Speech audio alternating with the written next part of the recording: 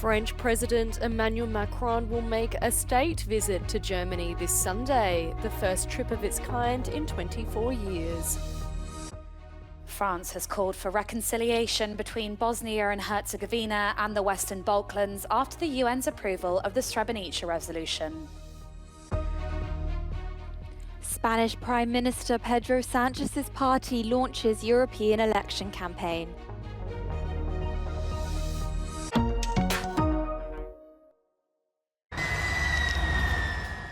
The bodies of 3 more hostages were recovered from Gaza by the Israeli army. The hostages who had been killed during the October 7th attack by Hamas on Israel were recovered in a military operation. The bodies of Hanan Yevblanca, Michel Nissenbaum and Orion Hernandez were found and their families were notified. They had been killed on the day of the October 7th attack and their bodies were taken to Gaza, according to the Israeli army. There are men, women, children and babies being held by Hamas in living hell across our border in Gaza. We will not stop fighting for their freedom. Every decent country in the world would do the same. On Friday, Israeli Prime Minister Benjamin Netanyahu said the country had a duty to do everything to return those abducted, both those killed and those alive. Around half of the hostages taken in the October 7th attack have since been freed, mostly in exchange for Palestinian prisoners, in a week-long ceasefire in November.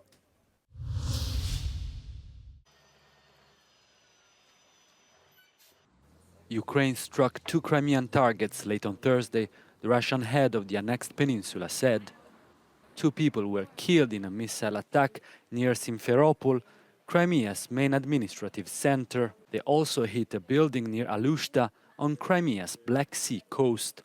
Russia says the facility was empty, while Ukraine's partisan group in Crimea, Atesh, has reported multiple casualties.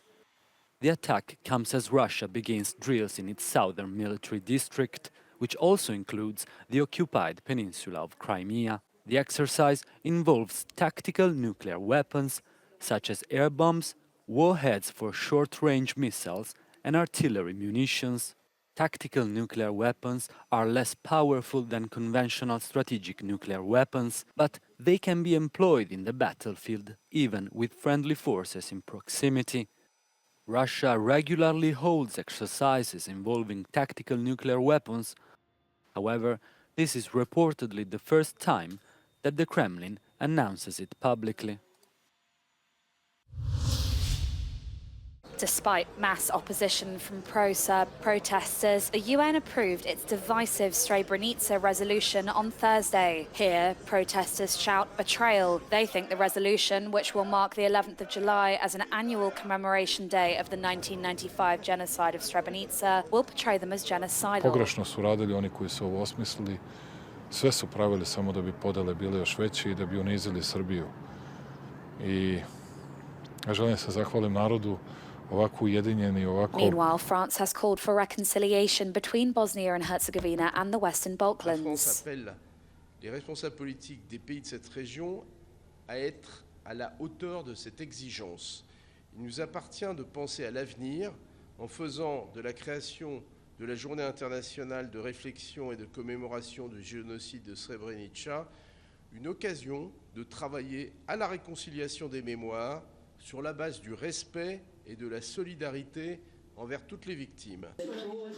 The UN resolution dubs the 11th of July the International Day of Reflection and Commemoration of the 1995 genocide of Srebrenica. The resolution was presented by Germany and Rwanda. The 1995 killings were a bloody climax of Bosnia's 1992-95 war, which came after the breakup of Yugoslavia.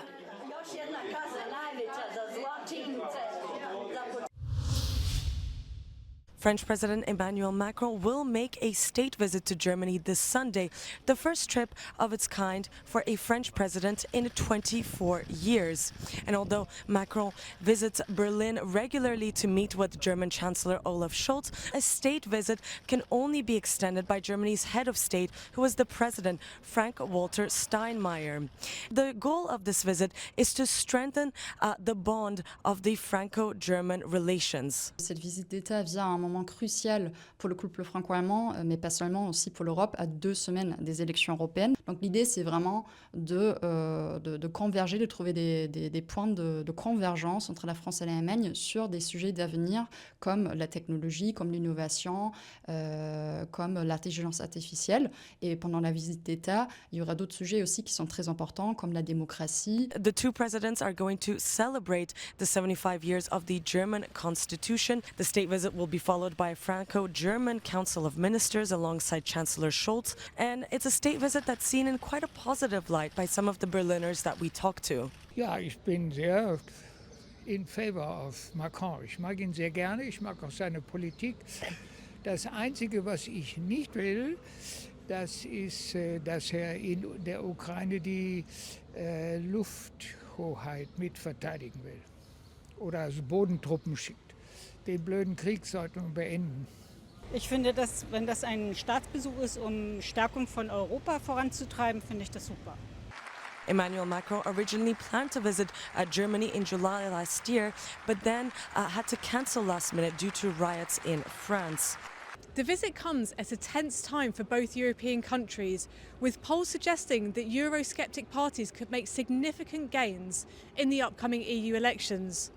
Both countries will be focused at presenting a united European front during the visit. Liv Stroud in Berlin for Euronews.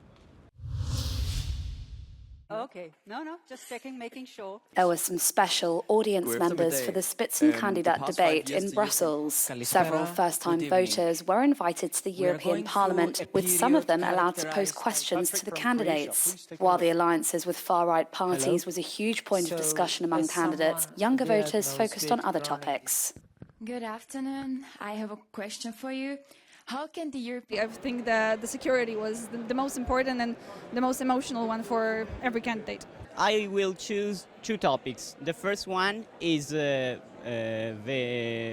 one related to climate change, and I appreciated the answers of Gozzi of Renew Europe, because he said something that I didn't expect. I really appreciated his answers and his open mind.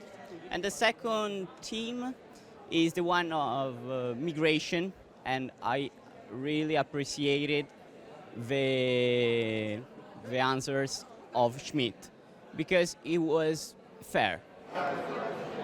Some of them have clear ideas about their favourite candidate.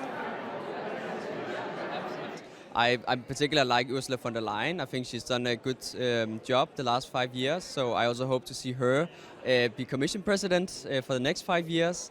I like the most about the candidate of the Greens took into consideration that, yes, we have important problems to face, but we need to win fear with solutions and not extremist talk. And I'm really excited to see what the future holds and if they're really gonna change stuff, or if they're just talking and just saying it now and not doing anything to prevent young people being on TikTok, and TikTok being a place where people, where it's just not good for your mental health.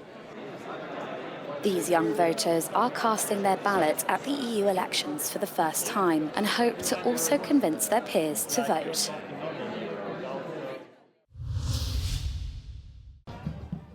Ivan, Javier, Carlos and Sarah attend the launch of the PSOE campaign for the European elections in Valencia. They are an example of young people who have found inspiration in Pedro Sanchez's party. Igualdad, feminismo, derechos de personas trans, LGTB y una forma de hacer un frente amplio contra la extrema derecha y la derecha extrema. The Spanish Socialist Workers' Party, which Sanchez has led since 2018, is turning to TikTok as a campaign tool, following the success of a viral meme. Bueno, una canción de Rafael Acarrá que se hizo viral y justo coincidió con los 5 días de reflexión de Pedro y la gente se animó para cantársela y que se quedara. The party is hoping to repeat the success of their previous general elections. El PSOE está aglutinando a mucho joven porque al final sí, el mensaje es diverso, ¿no? y es un poco al final la imagen de la Europa que queremos, ¿no? Una Europa diversa, una Europa tolerante.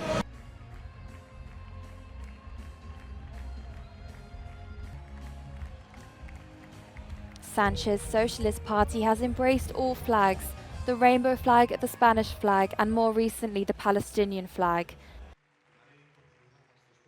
They broadly define themselves as left-leaning. Este modelo que estamos poniendo en marcha desde hace 6 años a esta parte es un modelo de éxito que refuta todos los bulos y desinformación de la derecha y la ultraderecha.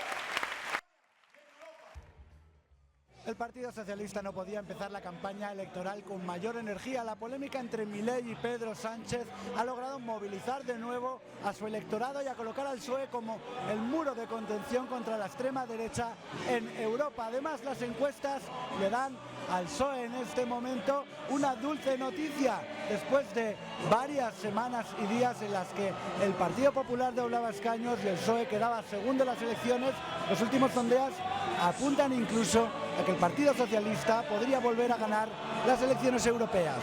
En Valencia, Jaime Velázquez, Euronews.